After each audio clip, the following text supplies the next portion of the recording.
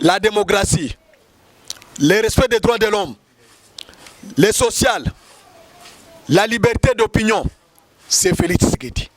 Olinga te, c'est un cadeau oya pesi ba Congolais oyo bazaki nangote. On est tenté de nettoyer notre armée avec l'infiltration oyo Kagame na Kabila basaraki na kati armée. Aujourd'hui, on est en train d'effacer toutes les traces. Ya Kagame na Kabila na kati armée na biso na kati mboka na biso. Aujourd'hui, les loyo armée na biso comme ko sala face na armée oyo secrétaire général ya ONU. Alors non, ils sont bien équipés.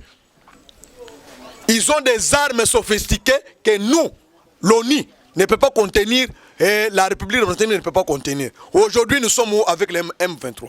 Aujourd'hui, bakangi réseau wana. Nakati ya réseau wana, service ya DGM, service ya ANR, service même les conseillers financiers ya gouverneur. C'est-à-dire le gouverneur est trempé dans cette histoire. Gouverneur ya Sud Kivu. Voilà pourquoi Babanda Kobo ya état de siège. Des députés provinciaux ya Sud Kivu. Bakangi bangono. O bazana kati ya réseau mafia wana. Kagame ne peut pas défendre un Congolais de père et de mère. Où est Laurent Désiré Kabila? Où est Katumba Mwanke? Où est Papa Wemba? Bato basa ebele o Kabila na Kagame babumi na mboko. Pour que atia la même mise sur le Congo. C'est pourquoi il a infiltré toutes les institutions de la République démocratique du Congo. On est tenté de dénicher un par un.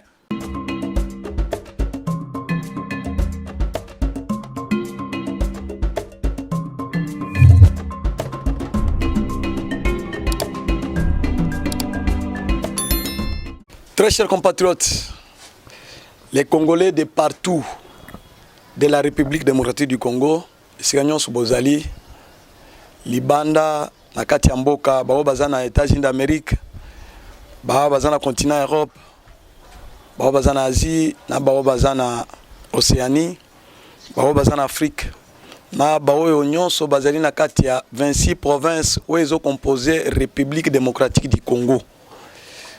Bozali Bosso Yamulobeli Nabino, communicateur du chef de l'État, Matière Moïse Lukengu. Pour nous couper ce bino, évolution, il y a Makambo et Tozana Wanamboka. Voilà pour aujourd'hui. Tozana Esengo Yakobi Sabino que titre et Kozala Ebelete, Tozana titre Misatu. Tokolobela traditionnelle information, Tozana Ngo Nakatia Mboka Nabiso, il y a sécurité à Mboka. Il y a Est, il y a Mboka na biso. Tokolobela makambo etali sur le plan social. Ba tentative, il y a grève, il y a ba enseignants, il ba fonctionnaires de l'État par rapport à non-paiement. Tokolobela ngo. Tokolobela sur le plan diplomatique. Activité au chef de l'État Zanango. Nao ministre de la Défense Jean-Pierre Mbemba Ngombo Azanango na Libanda Mboka Kombo Yebi chef de l'État Aza invité personnel y a roi d'Angleterre. Il sera accompagné là-bas avec quelques membres du gouvernement. Boyebi que le chef de l'État sera en Chine bientôt là sur le plan diplomatique. Voilà makambo toko débordé, toko tana divers, ya makambo etali mboka na biso. Tout d'abord, je vous remercie pour la confiance au bozo pesa. Toko sala moi briefing na makambo etali politique. Sortie officielle ya Union Sacrée Bomoni tango na ebisaki bino que Félix Tshisekedi Fachi Beton incarne toute une nation. Toutes tendances confondues. Les lots, monde entier, même la communauté internationale, a au courant que devant Félix Tshisekedi, il n'y a pas une opposition. À Tabalobi, que l'élection est Salamalelo, il sera vainqueur. Il n'a pas un challenger en face de lui. C'est-à-dire, Maloba Etienne Tshisekedi oya loba ke mokolo ide pesa kozwa pouvoir o histoire ya opposition ekosila et kotika la kaka les contrepoids de Makambouana et Koukisami. Pour votre information, sur les 800 partis politiques, 500 partis politiques ont s'aligner derrière un seul candidat. Admettons que, comme on a toujours l'habitude, il y a une pléthore, il y a un candidat dans l'élection, il y a 2023. Candidat Moko a 500 sur 800 partis politiques. Et de quel parti politique dans 500? Nous avons ceux qui incarnent les régions en République démocratique du Congo. Tozana région ouest, les grands Équateurs, où ils allaient incarner sur le plan sociologique dans Jean-Pierre Mbemba. Tozana région ya est, sur le plan géo-sociologique, où ils allaient incarner na Bahati Lukwebo na Vital Kamerhe. On n'en disconvient pas, que ce soit Taya Kabila, que ce soit Taya Musée, bateau y nazo tangela bino wana, bazo incarner ba région wana. Moyen o boto la bango, leadership na côté wana, ça sera difficile. Nous avons Jacquemin Chabani à l'est de la République démocratique du Congo. Nous avons Pona IDPS. Nous avons Dr Eteni.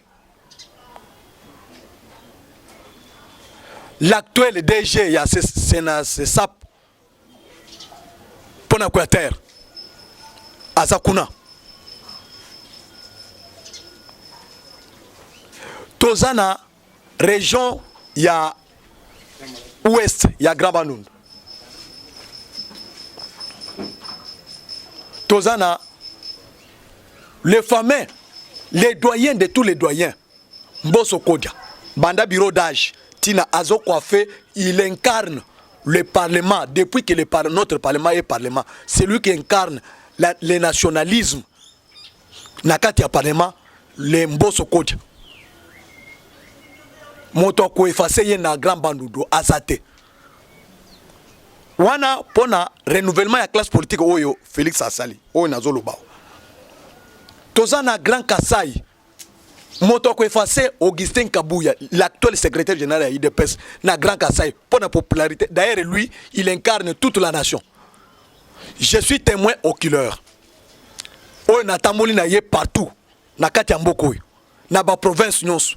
Asali ba plein oyo nano secrétaire général ya parti mususu nano asalate. Je suis témoin. Augustin Kabuya.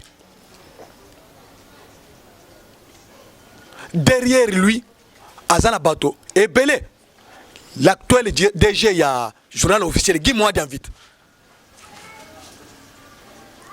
Bato yo totamoli na bango na ba province na la preuve. Tozana ba conseiller ya président de la République au baza populaire na ba kwen na bango lokola ba topin. Baza Belé. C'était pour vous dire que c'était une réussite totale. Mais ce qui total in renversement ya majorité. Bato oyo to renverser la bango majorité oyo bakoti bazaki ba député à Kabila ba changer ba komi ba député à Mboka oyo bakoti na vision mokonzi ya Mboka bazali ebele soki na lingina tanga bango baza ebele oyo bakoti sima chef de l'état oyo balobi ke toko faire élire chef de l'état, c'est-à-dire pona makambo ya électorat à Félix Tshisekedi, que ce soit majorité dans le parlement, que ce soit électorat na ye na sur le plan ya vote universel oyaye, c'est-à-dire le deuxième mandat est acquis. Binomoko bomoni, nakati ya stade plein. Place ya kotambola esate, na ba couloir ya stade. Libanda ya stade plein, Motokoloba azalakite. C'est donc la confirmation. Donc c'est un message fort au peuple congolais à Yebisi monde entier. Antonio Guterres, secrétaire général ya ONU, que bolinga te, le peuple congolais a un seul candidat qui est Félix Tshisekedi. Maintenant boloba boko ça la politique de au moins ceux qui bobo bien. Mais moyen ko bomaye ezate parce que une armée plus que le peuple a azate. Il a le Dieu tout puissant. Ou à soutenir. Peuple a soutenir. Azana likamona motote. C'est-à-dire, c'était une réussite totale, Makamboya, sortie officielle, il y a Union Sacrée. Voilà quelque chose qui est bien bâti pour l'intérêt du peuple. Peuple, Union Soazali, qu'on s'est retrouvé. Nakati, il y a vision, il y a Mokonjambuka. C'est pour cela, je vous annonce que les soi-disant opposants, Baye, Nabutu, Katimini Boutou, Moïse Aye, Motoyebi que Moïse Aye, impact na Mango Sili. Voilà l'importance de la loi Tchani.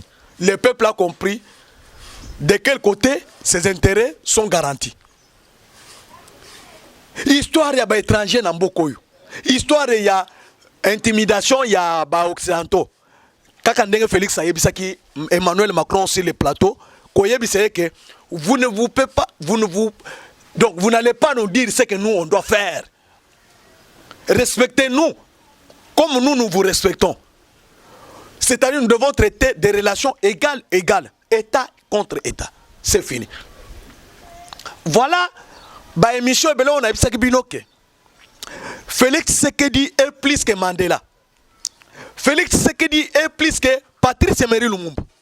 Félix Tshisekedi est plus que Laurent Désiré Kabila. Félix Tshisekedi est plus que même son père. Parce qu'aujourd'hui, il a concrétisé la lutte de son père. Vous vous souvenez lorsque Christophe Ouabouvier, Abanda Kotuna, Etienne Tshisekedi, ceux qui ont commis président au Kosalanine, Etienne Tshisekedi a l'obaka malobo yonazoloba. Je veux faire la République démocratique du Congo un état de droit. Je veux instaurer un état de droit. Oyo, moto monene, moto riche, moto pauvre à Kozalate. La même classe politique. Je vais instaurer le climat des affaires pour que les investisseurs viennent investir au Congo. Nous allons collaborer des relations d'un État à un État. Aujourd'hui, la République démocratique du Congo, c'est une grande puissance sur le plan économique. En Afrique tout entière, Moka Oyo et Sali économie pendant la Covid-19, pendant la guerre de l'Ukraine, la croissance économique que la République démocratique du Congo a zaté. C'est pourquoi on a consacré, célébré la victoire des ministres des Finances de la République démocratique du Congo, Nicolas Kazadi, comme meilleur ministre. Bapesien a trophée. Nicolas Kazadi. Pour toute l'Afrique. C'est pour cela, la bonne gouvernance s'appelle Félix Tshisekedi. Moïse Aye, Nakati ya Kinshasa, avant d'akawate Akimakao. Parce que la popularité, Aza Motu Alukuta, Makamunaye, Abale Wana, Biso Toyebi Yangote. Bayebaki ke toko pekisa bango lokola Kabila banda ko sala. Félix Tshisekedi a tikeli ba opposant nyonso liberté d'expression de tout mouvement de marche. Lelo bako kanga un opposant baza libre. Na bloqué brèche wana pona ko yebisa bino ke la démocratie, le respect des droits de l'homme, le social, la liberté d'opinion, c'est Félix Tshisekedi. Olinga te, c'est un cadeau oya pesi ba Congolais oyo bazalaki nangote. Les Congolais bazalaki beaucoup étouffés na kati ya mboka na bango. Ceux qui m'ont remarqué, na ndenge na koti déjà na premier sujet, la sécurité à l'est du pays. Toyebisaki bino makambo ebele. Bon comprendre te. C'est nous, les parlementaires debout. C'est nous, les communicateurs de l'UDPS. Baoyo, babimisi mboko na bombe. Nous avons abattu un grand travail. Ponako, kolongola, makanisi oyo ba inklikaki ba Congolais et pas ba mindele. Ba occidentaux, ba multinationales, pour ba s'ériger contre les changements. Ba ça la résistance contre les changements. Toyebisi banoke non, voilà histoire des Zaboui.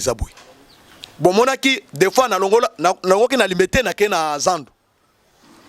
Parce que Zando est qui centre à toute la population. Ba bazo utana différents coins nyonso ya capitale centre bango ezazando toke ko ériger Mirwana et nous avons convaincu l'opinion.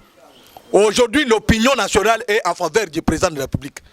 C'est un travail que nous on a bâti contre la RFI, TV5 Monde, la chaîne nyonso sur la communauté internationale. To défier bango, biso les communicateurs. Mes collègues, mes sont témoins. To sali musala munene ya communication. Lelo opinion est en faveur du chef de l'État. Exemple, étant le chef de l'État a lancé que les Congolais va s'enrôler dans l'armée. C'est-à-dire que les Congolais vont comprendre que la solution pour ces pays, le développement de ces pays, l'indépendance de ces pays est incarnée par la vision du chef de l'État Félix Tshisekedi.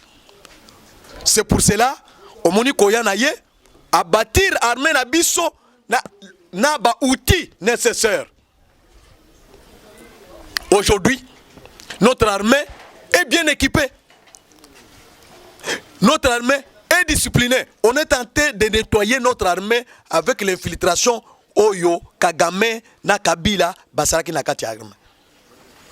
Aujourd'hui, on est tenté d'effacer toutes les traces. Il y a Kagame, Nakabila, Nakati armée, Nabiso, Nakati Mboka Nabiso. Aujourd'hui, les loyaux, armée Nabiso et comme ça la face, na armée Oyo, secrétaire général Yaoni, Alobaka Kano, ils sont bien équipés. Ils ont des armes sophistiquées que nous, l'ONU, ne peut pas contenir et la République ne peut pas contenir. Aujourd'hui, nous sommes avec les M23. Non? Est-ce que Bomoni, comment on est tenté de démanteler le réseau Yaba Mafia, ba criminel économique, na kati mboka na biso? Na yebisaki bino ke société nyonso oyo ba mindele batiaki na Rwanda, Uganda, Burundi pour l'exploitation ya minerais ya Congo. Les autres tombés en faillite, en banqueroute. Nous vous disons ça. Bomoni bato bakangi, bayena bangolobi. C'est-à-dire nous avons un service de renseignement maintenant acquis pour l'intérêt de la nation. Est-ce que Bomoni comment bakangi bato? Réseau Mounen, y compris même des autorités, des officiels, bakangi bango na réseau, avec des coffres forts, il y a minéraux. Pendant que Biso Tolingi, Félix Tshisekedi a bloqué que to sali raffinerie na Biso ya or, na Sud Kivu. Parce que Félix Tshisekedi a l'obaki, la République démocratique du Congo, a Kokoma, l'Allemagne de l'Afrique, le pays le plus industrialisé de l'Afrique, ça sera la République démocratique du Congo, parce que nous avons tous les atouts. Les minéraux de transformation, nous en avons beaucoup en grande quantité, traditionnelle. Aujourd'hui, bakangi réseau wana. Nakati ya réseau wana, service ya DGM, service ya ANR, service même les conseillers financiers ya gouverneur. C'est-à-dire le gouverneur est trempé dans cette histoire. Gouverneur ya Sud Kivu. Voilà pourquoi Babanda Koboya état de siège. Maintenant, Félix Tshisekedi a frappé dur pour la communauté internationale et multinationale que ici au Congo, c'est le Congo est pour les Congolais. L'intérêt des Congolais. Voilà, bateau bazo distraire bino. Est-ce que Boyoka qui a un opposant à condamner tant au Rwanda à lobby que Nazol Kamabele? Est-ce que Bomoni opposant à Tamoko? Bomoni les fameux oppositions autour de Bango wana ba matata pogno les de mauvais goût. Ba Moïse Katumbi ceux qui ont géré avec Kabila. Tant on a vu ça que bino que Martin Fayulu azalaki pion ya Kabila, azalaki pion ya Kagame, c'est lui qui a travaillé. Tant bomona ki Kagame azolobaki aya ko défendre ye ezalaki pamba te. Kagame ne peut pas défendre un Congolais de père et de mère. Où est Laurent Désiré Kabila? Où est Katumba Mwanke? Où est Papa Wemba? Bato basa ebele o Kabila na Kagame babumi na mboko. Pour que atia la même mise sur le Congo. C'est pourquoi il a infiltré toutes les institutions de la République démocratique du Congo. On est tenté de dénicher un par un. Toyebisaki bango. Moi namboka zui pouvoir. C'est pour l'intérêt des peuples congolais. Ceux qui ont moniqué au côté qui n'a armé batindaki ont infiltré Longwa. Tamamwamba kimit. À Kenya Bruxelles a lobby que je ne suis pas congolais. Mabunda n'était pas un Congolais, une Congolaise. Bato baza ebele. Bao bakangami par force, ils vont suivre la rigueur de la loi. Félix Tshisekedi azali lokola papa na ye, alobaka ke na 2011 alobaka ke omoni nyama moko azali soki akomi place ba fourmier ezali aza komitia wana ba fourmier koti lokola ezoli ya ye, mais na tango ko bloquer boya akangi bango nyonso nde Félix Tshisekedi. Yo soki oye po bomaye osalele mabe azotika yo po yo moko osimba touche. C'est pour cela que la guerre à l'Est, il y avait tellement de complicité, y compris même des Congolais. Les Congolais aliénés, même des députés. Bakangi Bangono, des députés provinciaux, il y a Sid Kivu. Bakangi Bangono, au Bazan Kati a raison, ma fille. C'est pour cela, nous, en tant que communicateurs et chef de l'État, tous ce peuple congolais maintenant, il est temps. Comme ceux qui ba maïmaï, ceux qui ba bande ko na biso oyo ba congolais basali regroupement na bango pona ko soutenir armée na biso pona ko dénicher ba infiltrer nyonso oyo ezali na kati ya parti S République démocratique du Congo basali likamwana mais a fortiori nous le peuple oyo bazo subir les affres de la guerre. Nous, on ne peut pas collaborer avec l'armée pour dénicher tous les mafieux oyo baza autour ya kosala le peuple congolais mabe ndengo nazo senga peuple congolais tozala tous unis. Dengue bolakisi motema na bino ya kozala union sacrée kokota na vision que chef de l'état soit deuxième mandat. Je vous dis ceci, après le deuxième mandat, ce qui chef de l'état bo PC Félix confiance à ce deuxième mandat, je vous dis que le Congo sera une grande puissance économique. Nous allons collaborer avec la Chine, l'Europe, l'Amérique, l'Asie d'égal à égal.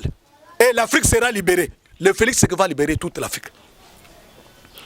Est-ce que vous comprenez le message ambassadeur plénipotentiaire il y a Afrique du Sud pour la union sacrée boyoki makambo lobby vous comprendre quelque chose. Et après ça qu'est-ce qui est arrivé? Bon mon gouvernement Mouimbekeite na Zambie na Est, je vous dis tous yo bato ebele bakosaki ke baza ba Katangé te, ce sont des Rwandais. Kalawana na ebiseki bino ke société munene lokola jekami na zakite nani zakite maintenant comme ba Rwandais basala ka musala makasi bazwaki bango na musala bazaki na Katanga et c'est ceux qui se sont transformés bokomi lelo oh nous sommes des Katangais, non pas des Katangais, ne sont pas des Katangais, les vrais Katangais ne babomaki après lui ya musée to yebi histoire nyonso ceux qui tozongisi bino ba message ya baba kingo kumanza boko vous allez comprendre beaucoup de choses non. Vous allez comprendre beaucoup de choses, non? Bomoni, malheur ya ba ennemi na biso, c'est parce que biso tokoli na politique. Il y a opposition pour combattre les antivaleurs. Et nous sommes là aujourd'hui à la manette. Et nous allons défendre notre pouvoir, notre élite, pour le peuple congolais à se retrouver. Jamais. Mais cette fois-ci, le peuple doit se retrouver. C'est pourquoi la guerre à l'Est va prendre fin. Félix Tshisekedi est en train d'intégrer beaucoup des organisations internationales pour la koluka kimia moto oyo papa bakolo guerre baza wate ils sont quelque part ndenge secrétaire général ya ONU, ils viennent de quelque part, les armes viennent de quelque part bakolo guerre wana bakobima na poasa. Félix Tshisekedi akosimisa bango touche moko na moko. C'est pour cela nazo bisabino que l'actuel, l'excellence Jean-Pierre Memba, vice-premier ministre de la Défense, il sera en Russie. Et dans le voyage du chef de l'État, il va accompagner le chef de l'État na Chine. Parce que Makambo Eza Ebele. Bako Sabino te, jeune Africain, asomba mana Moïse Katumbi. Katumbi asomba RFI, TV5 Monde. Journal Le Monde. Asomba ba chaîne ebele asomba na Jeune Afrique. Ce que mon Jeune Afrique a ça l'article, c'est contre toujours notre pouvoir. Au moment même tozaki na kati ya opposition. Chaîne botu na Jeune Afrique. Et nani article ni na sala ko pesa biso chance que IDPS a ko pouvoir. Félix a ko pouvoir zéro. Mais même maintenant makamoni so Félix Tshisekedi azo sala. Ba succès au Tshisekedi azo sala. Est-ce que possible mona Jeune Afrique a publié? Kanda na bango ezali ke tango ba moni mbemba pio majeur. oyo alinga asalisa bango. Mbemba boyi accueilli si ma chef de l'État de kanda na bango wana bakomi ko sala di n'importe quoi pour qu'on faire consommer makambo alukuta mengai na ye matière ba menga matière communicateur ya chef de l'État na yeko yebisa bino que c'est faux, c'est des fake news. Tant on a na lobby bo comprendre ngai je sais de quoi je parle. Et ça fake news. Mbemba est membre du gouvernement et non membre de la présidence. Il est ni conseiller du chef de l'État, ni collaborateur du chef de l'État. Il est membre du gouvernement. Vous savez, en démocratie, il y a la séparation du pouvoir. Il y a le pouvoir exécutif, pouvoir législatif et pouvoir judiciaire. Beaucoup sangisama kamwana, bosali melimelo pour nous tromper vigilance, il y a peuple congolais. Non. Mbemba est loyal. Il travaille en faveur de l'armée. Et vous allez voir, on a arrêté même des capitaines, des lieutenants dans l'armée. Na makambo yo bakangi ba réseau wana. Réseau wana eza réseau ya ba mafia. Tokomi ko démanteler. Omoni pourquoi to bisaki bino ke ba tie bloc cadena na est. Minéré po ebima lisusu et cause la difficile. Vous voyez comment on a cherché. Bakomi ko so ba étranger pour na ko exploiter, ko jouer carte pour on rekende et ko kendete jusqu'à tel point. Et d'ailleurs je vous informe, je profite de cette émission pour ko yebisa bino ke Kagame a kosaki monde mobimba. Na ba we ba paré na ye ba kosaki monde mobimba ke le Rwanda c'est un pays développé, Kagame c'est un vrai démocrate. Où en sommes-nous aujourd'hui? Maintenant, ba démentir biloko wana. Banque mondiale azana menace ya communauté internationale parce que azwaki ba donné ya lukuta que le Rwanda produit les coltan, cobalt et consorts. Maintenant aujourd'hui, c'est faux. Tant que Félix a bloqué, c'est faux. A fait relire Kagame en 2015 pour la fausse information. Il y a la bonne gouvernance au Rwanda. Comment l'université va bloquer? Makambo, et autres ambulatés. Kagame a un moyen de vivre le sous-souté. Pays est commis en danger. À cause de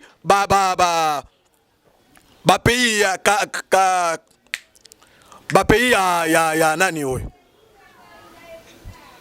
Qatar.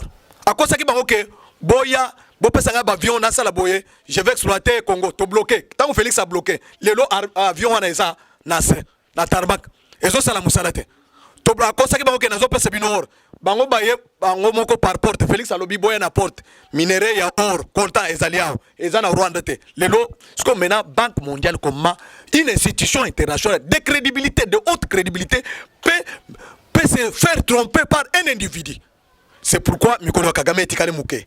Je vous dis, bato nyonso bazwa ki richesse ya Congo. Si les dos des Congolais, na ba Congolais au batekela ki bango, ils seront défis. Voilà, premier point ici. Tozoko tamena point diplomatique. Félix Tshisekedi, c'est un grand diplomate. Il est invité par le roi d'Angleterre. C'est lui qui a remplacé la reine d'Angleterre. Comme invité personnel. En Afrique, ba invité bato belete. Na monde pour le président ba invité kaka président des États-Unis d'Amérique ba roi Mususu président ya roi Philippe ya Belgique kutu ba président Mususu ba zagana nte ba invité bangote président en premier lieu il a dépêché Mbosso Kodia comme la fois passée encore Atindaki Mbosso Kodia a représenté mais comme roi Angleterre, ce n'est pas n'importe quel pays. C'est lui qui a colonisé les États-Unis d'Amérique. C'est-à-dire, il a de bonnes relations avec les États-Unis d'Amérique. C'est un allié des États-Unis, traditionnel des États-Unis. Maintenant, biso tozana allié des États-Unis. Maintenant, comme tout le monde dit que les enjeux politiques, il faut tous aller en relation à grande puissance. Félix Tshisekedi va se déplacer en fanfare comme la haute personnalité invitée par le roi d'invité personnel. Le fameux Kagame n'y est pas invité. Ce qui a accueilli à Kokende Kotambola Nenga Tambolak. Parce que hier, Azana lobby na ye que Bakutana Félix. Félix a beau que il ne peut pas parler avec Kagame, il est moins sérieux. L'ancien gouverneur, le gouverneur militaire de Nord Kivu, il a dit ça récemment. Général Chiko Chantambo, Alobaki Angote, Kagame, ce n'est pas un partenaire fiable, crédible. il a défié tout le monde. Voilà comment il a infiltré M23 pour Bazwa Goma. Je vous rassure, je sais de quoi je parle. Je suis communicateur. Yambokoyo. Bakongolais boyebinga bien. Soki que Rwanda a hasardé ko sala putsch pour attaquer Goma. Je vous dis que le Rwanda va tomber. Kigali va tomber à l'immédiat. Il y a tout. Makamunyo Suezakuna. Ndengo tozo bisabino ke makambo ezali ebele. Sur le plan de... Vraiment, Félix Tshisekedi a commis un niveau, il y a que ceux qui ont collaboré n'a été pays n'a fonctionné bien. Parce que la nouvelle technologie implique que pour au côté de la dimension wana, aux alana réserve, il y a minerais stratégiques. Mais minerais wana nyonso ezali a wana Congo. Moyen aux wango ceux qui ont en partenariat na Félix Tshisekedi ezate. Parce que batonyo so babanda ko collaborer na Kagame moyen bazwa lisusu ezate. Voilà l'importance de la diplomatie à Félix Tshisekedi. Maintenant na minute oyo il faut kaka okota par la grande porte pour collaborer bien. C'est pour cela na relation internationale nya que les intérêts qui priment. Okokota na mboka ceux qui intérêt na yo ezate. Okwapuye mboka ceux qui intérêt na yo ezate. Pour votre information, notre armée est en train de préparer un assaut contre qui que ce soit Ouganda, que ce soit Burundi, Ouganda, Tanzanie, pays où on met attaquer RDC, vous allez voir comment on va réagir. Tout est mis en place, je vous rassure. Que ce soit sur le plan diplomatique, que ce soit sur le plan sécuritaire, que ce soit sur le plan économique, nous sommes bien équipés, que nous allons faire la guerre. Voilà, si ce chapitre-là, je mets un point là-bas pour vous dire que nous sommes en bonne relation avec les États-Unis d'Amérique. Malgré que Félix Azo est en Chine, malgré que Félix Azo est ministre de la Défense Azo est en Russie, Bako Sabinote, c'est le monde d'intérêt. C'est la politique internationale, c'est le monde d'intérêt. Bako Sabinote, sur ce point-là, je vous garantis, le peuple congolais, je vous garantis, je vous garantis qu'il n'y a pas à perdre. Nous sommes dans les bons. Notre président et sa diplomatie, nous sommes dans les bons. On va gagner la guerre économique, la guerre sécuritaire, on va gagner la guerre sociale. Parce que dengue bomoni, ba industrie de transformation comme ebele. Il y a kobar tezana na Kolosi. Il y a armement ezalia wana na Malukwa. Ba industrie ebele ezali. Chaque minerai à cause de l'industrie il y a transformation. Tous les cas d'abord, Félix a un deuxième mandat. Peuple a fait son deuxième mandat. Azalana député belé na kati ya parlement. Vous allez voir comment la nation va fonctionner. Nous allons émerger. Dans 2030, le Congo sera un pays émergent sur le plan économique. Maintenant, sur le plan politique, comme tu as dit, tu as comme koshite, tu as dit que pour la koshite, pour la koshite, que la loi Tchandi sera adoptée. Et notre constitution sera soumise, la nouvelle constitution sera soumise pour le Congo. Parce que l'actuelle constitution était la constitution des belligérants et des occidentaux qui tiraient dividendes mais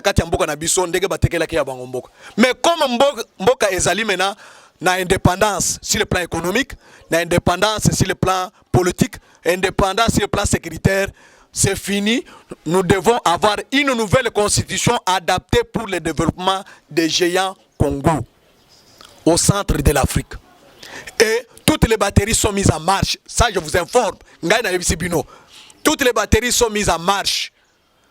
Malgré Baboumaki, Maître Mukendi. Mais, Nazo Sabino ke bato mususu bazali. Bawana bazo travailler dans l'ombre. Bazo tia point par point. Même la loi Tiani sera dans la nouvelle constitution. Après les élections, nous allons soumettre la nouvelle constitution au référendum. Wana tozana élection locale ici Salemi. Tozana va représenter un peuple au niveau local, niveau ya ba mairie municipale, tout ça, niveau national, tout ça, nous aurons. Parce que c'est pour la première fois que le Congo aura les élections sur tous les plans. Tous les plans. Ça, je vous dis. Bako voter, ba municipal. Bako voter, ba député locaux. bako d'éviter ba députés provinciaux, députés nationaux, tout le monde. C'est-à-dire, c'est la première élection où Kadima Denis Kadima Zosala. Parce que yoka ba opposant en perte de vitesse. Ba opposant ba keko sangana katanga balobi non esengeli to ba auditer fichier électoral na par des structures internationales. Biso to lobi Kadima lobi boya. C'est ni est-ce que IF organisation francophonie est-ce que bozana habilité, bozana compétence to tchele bango critère ba échoué. Bango moko ba komi mukanda ke IF boyoka complicité ya ba classe politique otoza na bango ba Moïse Katumbi ba Mate Fayulu ba Matata Ponyo et consort et Kabila et consort bazo kende po nani parce que représentant secrétaire général ya francophonie c'est une Rwandaise Mushikwap Rwandaise au Kagame a Tchaki. Or, Rwanda a la francophonie. Rwanda c'est un pays anglophone. Pas comme le anglais. Comment pouvez prendre un ressortissant d'un pays anglophone pour la francophonie? France, quand Dengue Félix a ridiculisé Nani Emmanuel Macron, voilà, Tosimisi les sous France touche. Makambouya, audit, il y a OIF, francophonie, il y a fichier électoral. Abou, Pia, Tobo Yango. Félix n'est pas Kabila. Félix n'est pas Matata Ponyo. Félix n'est pas Tambwe Mwamba. Félix n'est pas Azaria Suroberoa. Félix n'est pas Bisengimana. Félix n'est pas général rwandais. Félix est fils du pays. Les Congolais de père et de mère. Son père est connu. Il ne peut pas accepter d'hypothéquer l'intérêt de son pays au profit des étrangers. Aboui. C'est Tokosa la élection. Pirema Congolais. Oyo ba Congolais moko bako voter. Ba Rwandais bako voter te. Ba Burundais bako voter te. Ba Ougandais bako voter te. C'est pourquoi au monaki ambongo na SSC bazo boya Denis Kadima. Baboya ki pamba te ba yeba ki kesoki tozana motote na kati ya seni ba Rwandais bako voter te. Lelo toko yeba qui sont les peuples majoritaires na kati ya Congo entre l'est, l'ouest, centre, sud, nord. Lukuta et Kobimana Poissa. Je vais vous dire, parce que moi-même je suis député, non, je serai élu à la circonscription de Moué Kaboyebi, je suis attendu là-bas. Incessamment, je vais faire la descente. Et vous allez voir la popularité que j'ai. Pour apporter quelque chose de dividende politique à Félix Tshisekedi, pour que dans le deuxième mandat, les parlementaires de vous puissent se retrouver aussi. C'est nous les patrons de la base. Avec mes collègues qui vont postuler Chamala et les autres. Le député Michel, l'actuel, il a postulé na Bounya. Vous allez voir, non? Ils sont nombreux. Mes chers collègues.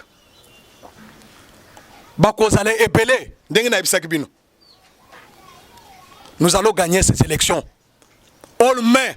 Il n'y aura pas la machine de tricherie à Kabila et à FCC et Kozalate. C'est pourquoi Bazol est là. Oh, matière. Oh, Ozolo Bakaka. Non, Bisoto Zolo Belakaka. Les vrais combattants, il y a IDPS. Na Lukunga, il y aura des pignons. Nazobi Sebino. Ndekonanga Vasco Chamala, Kozalawana. Ndekonanga Israël. Kabanda, Kozalawana. Honorable Michel Wandiolela, Akozalawana. Bato Toyebi, ba cadre ya IDPS. Ba nani Tony Kazadi, Akozalawana. Tony Mwaba Kazadi, Akozalawana. Tokoyebi Sabino, ba candidat. Nous-mêmes, on va publicité. Nous allons voir comment les peuples vont nani bateau FCC beaucoup tricher. Moïse a ata opesi mbongo beaucoup tricher, oko gagner te. Dans le bien, botika Moïse a une élection asimba touche to la kisaye comment on frappe. Toyebisa ke binoke même devant nous, n'y aura pas moto nyonso gérer na Kabila à s'effacer. Boluka soki bokoti ata na nyonso sacré ba pesa bino ba ministère, ba pesa biso ba mandataire. Mais pour l'élection, bo ça la biso Félix a souffrir, ma casse a souffrir dans beaucoup. Président de la République a benga, ba ministre. Ministre a boya ko ndima président de la République a ko ndima autorité morale. député azoboya koya kondima président na assemblée nationale azokende kondima autorité morale. Est-ce que biso to kondima lisusu peuple congolais bo kondima lisusu bo voter lisusu bato basakanaki na chef de l'état na élection le chef de l'état yemoko azobongisa pour na intérêt na bino? Je nazo senga peuple congolais, est-ce que nyonso bozali maintenant nous avons la vie ou la mort.